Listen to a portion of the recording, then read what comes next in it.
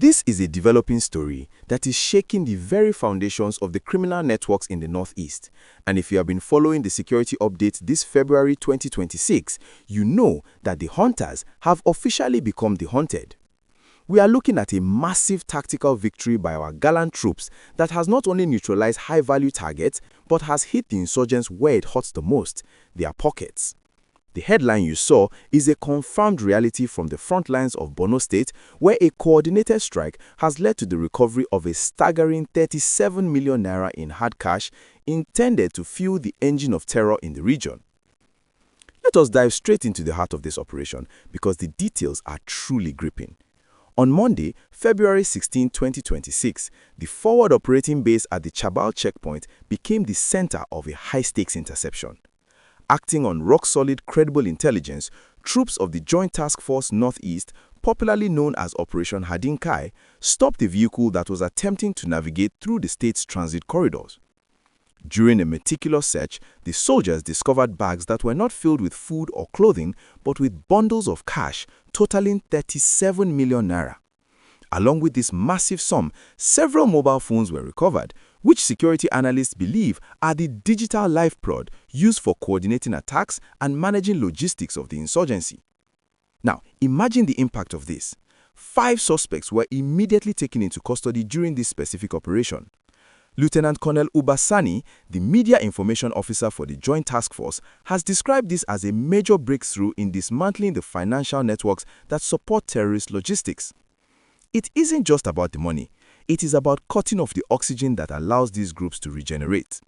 When you take away 37 million naira, you are taking away the ability to buy fuel, food, and ammunition. You are stopping the next ambush before it even starts. But the heat didn't stop there. Just as this financial blow was being dealt, another fierce encounter was unfolding along the Bule-Yobe-Darel Jamel axis. On Friday, February 13, 2026, at exactly 5:35 a.m., our troops, working hand-in-hand with the brave civilian Joint Task Force volunteers, were on a night ambush duty. They spotted Boko Haram elements trying to cross the main supply route from the Cameroon axis toward the Nigerian side. The air was filled with heavy gunfire as the troops engaged the insurgents, forcing them to flee in total disarray into the thick vegetation. During the exploitation of that area, the soldiers made some very interesting discoveries. They found sacks bearing inscriptions with names and phone numbers of senders and receivers traced to Kano and Maiduguri.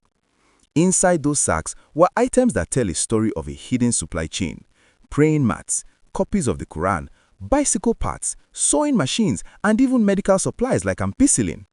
It is clear that these groups are trying to build mini economies inside the forest, and our military is now systematically tearing them down piece by piece. If you are proud of our soldiers for this double victory, the recovery of the 37 million naira and the foiling of the Borno ambush, please smash that like button right now. Let's show our military that the entire nation is standing behind them as they take back our land. And if you want to stay updated on these daily victories and the secret operations happening in the Sambisa forest this year, make sure you hit that subscribe button and turn on the notification bell so you are the first to know when the next update drops. Your support is what keeps us bringing you the raw truth from the front lines. The significance of these February 2026 operations cannot be overstated. We are seeing a transition from purely defensive maneuvers to what the military calls logistic strangulation missions. The goal is simple: starve the terrorists of resources. Whether it is money, medical supplies, or even bicycle parts, every item recovered is a win for the peace-loving people of Nigeria. The fact that suspects are being caught with such huge amounts of cash suggests that there are people in our cities, in places like Kano and Maiduguri, who are still acting as the ATM for these killers.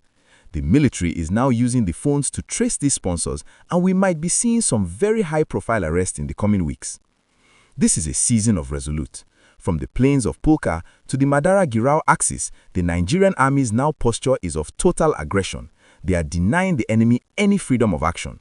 The recovery of 37 million naira is a clear signal to the bandits and their sponsors. The game is up. We are no longer just fighting on the battlefield, we are fighting in the banks, on the roads, and in the digital space where they hide their secrets. I want to hear from you. What do you think should be the punishment for those caught sending such large amounts of money to bandits in the forest? And do you think the military's new strategy of cutting off logistics will finally end this war in 2026? Let us get a conversation going in the comment section below. I read every single one of your thoughts. Remember to like the video and subscribe so you don't miss the fallout from the interrogation of these suspects. Stay safe, stay vigilant, and I will see you in the next update.